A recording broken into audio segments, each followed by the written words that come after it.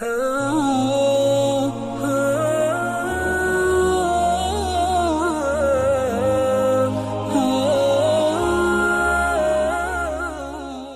کے نیچے سبسکرائب کے بٹن پہ کلک کریں، بیل کے آئیکن پہ کلک کیجئے تاکہ ہر نئی ویڈیو کی نوٹیفیکیشن آپ کو ملے۔ نمبر 2، اللہ کہاں ہے؟ یہ آج کے دور میں مسئلہ کفر اسلام کا بنا دیا گیا ہے۔ اللہ کہاں ہے؟ ہمارا موقف یہ ہے کہ اللہ تعالیٰ موجود بلا جسم، بلا مکان، بلا جہت ہے۔ کیا موقف ہے؟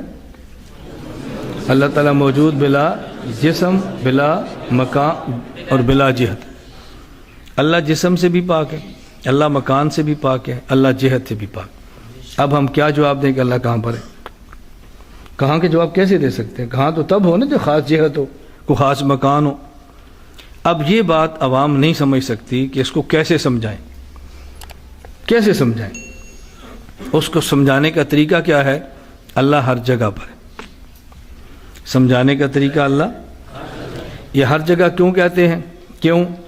جہات 6 ہیں: فوق، تحت، قدام، خلف، یمین اور یسار۔ اوپر، نیچے، آگے، پیچھے، دائیں اور بائیں، یہ 6 جہات ہیں۔ اللہ تعالیٰ ان 6 جہات سے پاک بھی ہیں اور 6 جہات کو محیط بھی ہیں۔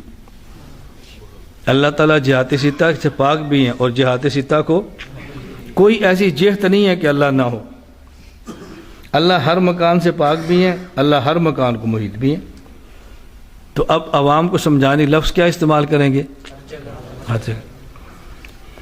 توجہ سمجھ رہے ہیں؟ اللہ کہاں پر ہے؟ اب یہ جو ہم کہیں گے نا، جو بندہ کہتا ہے اللہ فلاں جگہ پر ہے، ہم اس پر اعتراض کریں گے، وہ میں بعد میں کروں گا۔ جب ہم اعتراض کریں گے تو وہ اعتراض ہمارے اوپر آئے گا۔ انہوں نے ایک جگہ پر مانا تو اعتراض ہے، اور آپ ہر جگہ پر کہتے ہیں، آپ پر اعتراض کیوں نہیں؟ اس کا جواب حکیم الامت تھانوی نے امداد الفتاوی میں دیا ہے۔ میں عرض کر دوں، جتنی باتیں میں کہتا ہوں نا، یہ ہمارے کعبے نے لکھی ہیں۔ فرق کیا تھا؟ وہ ہم نے پڑھی نہیں ہے، اس پر توجہ نہیں دی، اور نتیجہ کیا نکلا کہ یہ باتیں اپنی طرف سے کرتا ہے۔ میں تو ساتھ حوالہ دیتا ہوں کس نے لکھی ہے۔ حکیم الامت تھانوی رحمۃ اللہ امداد الفتاوی میں عرض فرماتے ہیں، یہ جو اب کہتے ہیں نا ہر جگہ، اسے کہتا ہے تعمیم امکنہ۔ کیا کہتے ہیں؟ دیکھیں، میں عربی لفظ بولتا ہوں علماء کے لیے، پھر ترجمہ کرتا ہوں عوام کے لیے۔ تعمیم امکنہ، ہر جگہ۔ عرض فرماتے ہیں یہ ہر جگہ نہ لا مکان، یہ عبارت ہے تعمیم امکنہ سے۔ لا مکان، اللہ کا کوئی مکان نہیں ہے، اللہ پھر بھی ہے، یہ عوام نہیں سمجھ سکتی، تو ہم نے لا مکان کی تعبیر تعمیم امکنہ سے کر دیا کہ ہر جگہ پر ہے۔ اب سمجھ آ گئی؟ اور یہ جو ہر جگہ پہ سمجھ نہیں آتا، اس کی وجہ لوگ سمجھتے ہیں اللہ کا جسم ہے۔ جب یہ بات ذہن میں بیٹھ جائے گی نا، جسم نہیں ہے، تو پھر یہ سمجھنا بہت آسان ہے کہ ہر جگہ پر ہے۔ ہم کہتے ہیں اللہ موجود بلا جسم، یہ بلا جسم سمجھ آ جائے گا تو یہ سمجھنا بہت آسان ہے کہ ہر جگہ پر ہے۔ توجہ رکھے ذرا، یہ میں بات کئی بار کہہ چکا ہوں جلسوں میں، اب میں طالب علمانہ طرز پہ بات کروں سمجھانے کے لیے۔ کوئی بندہ آپ سے پوچھتا ہے کہ جی اللہ تعالیٰ بیت الخلاء میں ہے، الیاذ باللہ۔ اگر ہم کہہ دیں ہے، زبان جل جائے، کیسے کہہ سکتے ہیں؟ نہیں کہہ سکتے۔ اور اگر کہہ دیں نہیں ہے تو ہم کہتے ہیں ہر جگہ پر ہے، دعویٰ ٹوٹ گیا۔ اب کیا کہیں؟ اب ہم سمجھانے کے لیے کہتے ہیں دیکھو، میں آپ سے پوچھ رہا ہوں کہ میرے سینے میں، میں قرآن کریم کا حافظ ہوں الحمدللہ، آپ میں سے بھی جو حافظ ہے اس کے سینے میں قرآن ہے یا نہیں؟ جو قرآن کریم کا حافظ نہیں ہے، سورۃ فاتحہ کو جانتا ہے، کوئی 2-4 سورتیں جانتا ہے، تو کچھ تو اس کے بھی سینے میں قرآن ہے نا۔ آپ علماء کو چھوڑ دو، طلباء کو چھوڑ دو، عام آدمی سے پوچھو کہ بیت الخلاء میں قرآن لے کر جانا جائز ہے؟ جواب کیا ہوگا؟ نہیں۔ طلباء علماء نہ کو، ایسا بندہ جو آپ میں سے عالم نہ ہو، میں اس سے پوچھتا ہوں کہ بیت الخلاء میں قرآن لے کر جانا جائز ہے؟ بولتے نہیں۔ میں ان سے کہتا ہوں، آپ کیا نام ہے آپ کا؟ آپ کھڑے ہو ذرا۔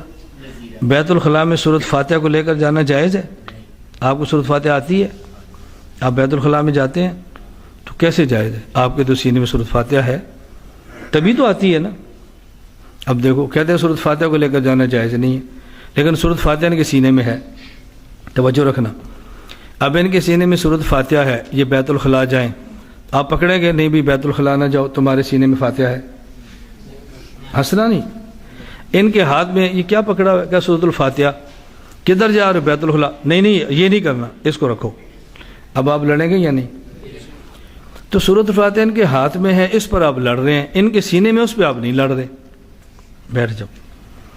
دونوں میں کیا فرق ہے؟ جو ہاتھ میں ہے نا اس کا جسم ہے، اور جو سینے میں ہے، اب جس کا جسم ہوگا اس پر اشکال ہوگا، اور جس کا جسم نہیں ہوگا۔ تو لوگ اللہ کو ہر جگہ کیوں نہیں مانتے؟ وہ سمجھتے ہیں اللہ کا جسم ہے، اللہ پاک ہے، اللہ نور ہے، اللہ مقدس ہے، اللہ مطہر ہے، یہ کیسے بازار میں ہوں گے، کیسے بیت الخلا میں ہوں گے؟ اور جب یہ ذہن میں ہوگا اللہ ایسے ہے جیسے سورۃ فاتحہ ہے دل میں، اب اعتراض ہوگا؟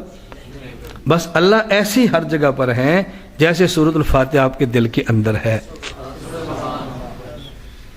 مزید سمجھنا، مزید شبہ کیوں پیدا ہوتا ہے، یہ اشکال کیوں ہوتے ہیں؟ اللہ ہر جگہ پر ہے، جی اللہ مجھے اور آپ سب کو محفوظ رکھے، نقل کفر نہ باشد۔ بعض باتیں زبان سے کہتے بھی ڈر لگتا ہے، لیکن سمجھانے کے لیے بات کہنی پڑتی ہے، چارہ نہیں ہے۔ آپ یقین فرماؤ میں نے کانوں سے بیان سنے اور بعض لوگوں کی باتیں سنی ہیں۔ مثلا ایک مولانا صاحب بیان کر رہے ہیں، ان کا عقیدہ اللہ عرش پر ہے، یہ لوگ کہتے ہیں اللہ ہر جگہ پر ہے۔ اچھا اگر اللہ ادھر ہے تو پھر یہ ڈیکس کیسے ہوا؟ ادھر تو اللہ تھا، تو اللہ کدھر چلا گیا؟ الیاذ باللہ۔ اب دیکھو ان کی گستاخی چھوڑو، میں گستاخی پہ بات نہیں کر رہا، اس کے جواب میں استغفر اللہ کہو گے نا تو یہ جواب نہیں ہے، دلیل سے جواب دو۔ جب میں یہاں خانقاہ میں ذکر شروع کراؤں گا نا تو پھر کہیں بھی توبہ کرو، استغفار پڑھو، پھر ہم کہیں گے ابھی تو علمی درسگاہ سجی ہوئی ہے نا۔ اور اس پر میں خدا کا کروڑوں مرتبہ شکر ادا کرتا ہوں کہ خدا نے ہمیں علم الکلام بھی دیا، علم تصوف بھی دیا۔ میں جس طرح درسگاہ میں عقائد پر بات کرتا ہوں نا، اسی طرح خانقاہ پہ تصوف پر بھی کرتا ہوں۔ اللہ کا بہت کرم ہے، جو اپنے پاس مال ہے بتانا چاہیے، گھبرانا نہیں چاہیے۔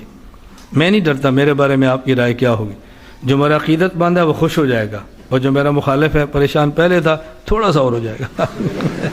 پہلے تیسرا گیئر تھا، پانچواں لگ جائے گا، سپیڈ بڑھ جائے گی۔ اور امت کو سپیڈ تیز رکھنا بہت بڑی عبادت ہے، سست امت کو چست کرو، اور کیا چاہیے؟ اللہ کا شکر ہے میں کسی علاقے میں جاتا ہوں نا، امت چست بہت ہوتی ہے، ہر قسم کے لوگ چست ہو جاتے ہیں، اور مجھے بڑی خوشی ہے، سارے حرکت میں آتے ہیں، حرکت میں۔